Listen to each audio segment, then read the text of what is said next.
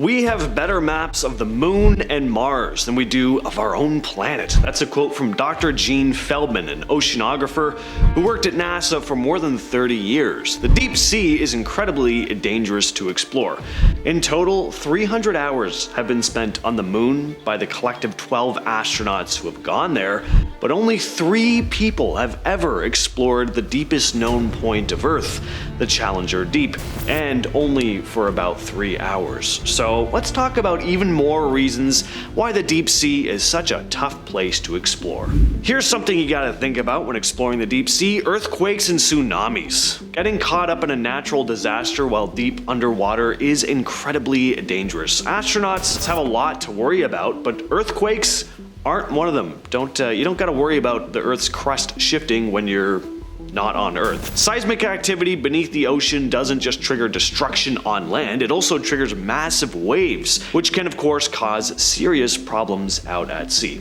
First, you've got underwater earthquakes, giant shudders that happen deep beneath the ocean's surface when tectonic plates shift and grind against each other. We're talking about seismic waves that can shake the ocean floor like a rag doll. So, if you're diving or exploring the deep sea when one of these earthquakes hits, not good. You'd be tossed around with no control over where you're going or what's going to happen next. And these underwater earthquakes can trigger tsunamis, massive walls of water traveling at high speed, swallowing up everything in their path. Ships, submarines, entire cities along coastlines. Tsunamis are a nightmare scenario for researchers out at sea. Imagine a tsunami barreling towards you from miles away, and by the time you realize what's happening, it's too late. You're caught in this storm of swirling water and debris with no way out, and even if you manage to escape the immediate danger, the aftermath of an underwater earthquake can be just as deadly. The seabed can shift and change in an instant, creating underwater landslides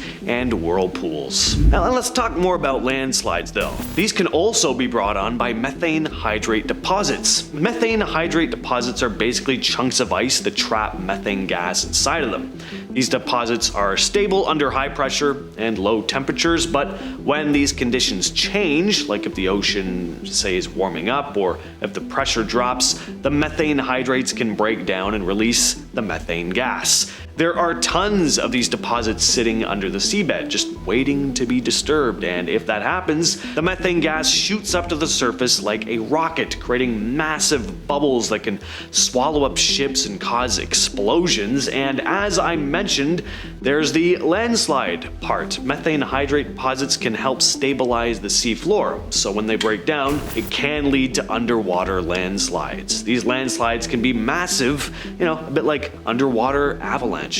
Another one of the many dangers of the sea: rogue waves, aka freak waves, killer waves, or monster waves, and they live up to their name. These are massive waves that can appear without warning, so pretty big threats to ships. You could be cruising along and enjoying the salty breeze when out of nowhere a massive wall of water, taller than a 10-story building, comes crashing down on you. They can appear seemingly out of nowhere in the middle of calm seas, and I wasn't exaggerating before. They can be huge. We're talking over 100 feet tall sometimes, which is insane. That's like a skyscraper just suddenly rising up from the ocean. What makes them so scary though is that unpredictability. They don't follow the usual patterns of waves, so sailors can't really prepare for them, at least not entirely. In one moment, you could be sailing smooth, and the next, you're facing towering walls of water that could easily capsize even large ships. And scientists still don't fully understand what causes rogue waves. One of the most dangerous sections of Earth's waters is the Sargasso Sea. The Sargasso Sea is like this floating jungle in the middle of the Atlantic Ocean, but instead of trees, it's made of a unique type of seaweed called sargassum. This seaweed forms thick mats that can stretch for miles, and it creates this tangled maze. It's a bit eerie. It's kind of like a big floating desert. There's not much else around it except for the seaweed, and that sounds kind of peaceful, but for sailors, it's a different story. Navigating through all that sargassum is actually proven to be pretty dangerous. The Sargasso Sea has a very dark reputation. It's kinda known for swallowing up ships, and over the centuries there have been all these tales of sailors getting trapped in the area, the ships unable to move as they're slowly engulfed by the seaweed. Sounds awful. Underwater caves. Lots of divers have died exploring them. They're labyrinths beneath the surface of the ocean, and sure, they're exciting places to explore. They can be beautiful, but they're also packed with dangers. First off, navigating through an underwater cave is like trying to find your way through a pitch black maze. There are tunnels and chambers crisscrossing in all directions, and if you're not careful, it's easy to get lost. Imagine swimming deeper and deeper into the darkness with no idea which way is up or down. Then you have the risk of getting trapped. Some caves have narrow passages that can squeeze you in, and if you're not careful, you could find yourself wedged with no way out. Another danger of the deep sea are blue holes. These are basically underwater sinkholes, and they can be deceivingly beautiful because they're also incredibly dangerous. Giant gaping chasms in the ocean floor plunging down into the depths. You can see them from the sky. They're often darker blue in color, contrasting with the surrounding water, and they're dark because of how deep they are, for one, and sunlight can't reach the bottom. These holes vary in size and depth. Some extend several hundred feet below the ocean surface. The scariest thing about blue holes is that a lot of them are uncharted territory. Unlike on land, where we have maps and signs to help guide us, most blue holes are unexplored.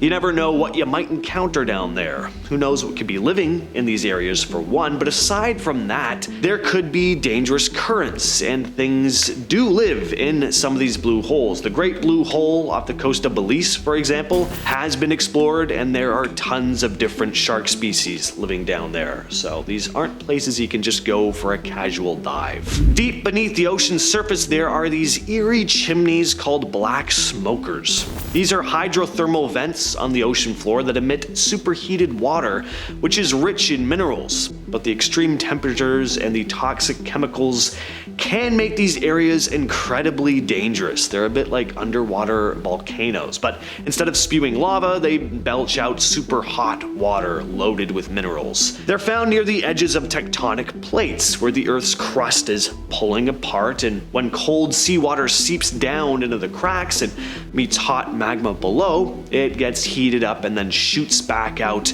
of the seafloor in these towering columns of scalding water. The water coming out can be hotter than boiling. We're talking temperatures that would cook you alive. And if that's not scary enough, they're also chock full of toxic chemicals like hydrogen sulfide, which can knock you out cold with just one whiff. Not that you'd really be swimming around down there anyway, to be fair, but still. So the conditions in these areas are pretty extreme, but there is actually life that can survive around black smokers, like tube worms, shrimp. There's a whole ecosystem down there that's adapted to thrive in one of the most inhospitable environments on Earth, which is pretty cool. Drowning is said to be one of the worst ways to go, and one easy way to drown, just get caught in a giant swirling vortex of water, a whirlpool. These are kind of like the black holes of the ocean, less mysterious of course, but incredibly deadly. And unlike black holes, which are way too far away from us to cause any harm, even for astronauts, whirlpools are everywhere. One of the most infamous whirlpools is called the Moskstraumen off the coast of Norway. Hope I'm pronouncing that right. Probably not. Its currents are strong enough though to suck down ships, which can be torn apart like paper. Whirlpools can be massive, stretching for miles across, so if you happen to stumble on one while sailing or swimming, eesh. That's all I'm gonna say is just eesh. And whirlpools can be unpredictable. They can form out of nowhere with no warning signs to let you know they're coming. So even if you're the most experienced sailor or swimmer, at the end of the day, we're all still at the mercy of Mother Nature. For all the terrifying creatures that are known to exist, there are also the mysterious ones, creatures that science hasn't documented, but people have claimed to see, and as intriguing as that is, it's just another one of the many reasons the deep sea is such a dangerous place. There are tons of creatures we could talk about. Let's take a creature that doesn't get talked about a whole lot though, a creature that's been dubbed the Moha Moha. The first documented sighting of the Moha Moha was on June 8th of 1890 on Great Sandy Island in Western Australia by a school teacher named Selina Lovell and a small group of her students. The creature was reported to be this huge monster turtle fish thing measuring about 30 feet in length. The creature was described as having a domed shaped body, almost like a turtle shell, about 8 feet across by 5 feet high, with an elongated neck and a 12-foot long tail. The creature's rounded jaws measured what looked to be about 18 inches. The head and tail almost looked like they belonged to two different animals. Lovell didn't get a good glimpse of the creature's feet, but locals have described the Moha Moha having almost alligator-like feet. Lovell watched the creature for half an hour from only about 5 feet away. Afterward, the Moha Moha turned towards the sea, lifting its body and tail above the water, tossing fish into the air, and then swam back down into the deeper water. And finally, I just gotta mention ghosts. Now, I know that sounds a bit silly. Most astronauts and scientists aren't really all that concerned about ghosts, but I mean, just think of all the ships that have sank or gone missing entirely, all the planes that have gone down and sank to the bottom of the water never to be seen again, all the battles that have taken place out at sea. Unlike the black void of space surrounding us here on Earth, our planet's waters are full of life, but also full of death. There are so many immediate dangers, so much unexplored territory. It's no wonder there are so many tales of ghost ships sailing aimlessly across the sea, or tortured spirits rising from the water to drag unsuspecting sailors into the depths. There could be tons of life out there in space and plenty of dangers we can't even fathom. But until we're able to venture out far enough, it seems like taking a trip to the moon may be a safer one than venturing down into the deepest, darkest depths of our very own planet. With all that said, I've been your host, James, and I'll catch you, yes, you specifically, in the next video.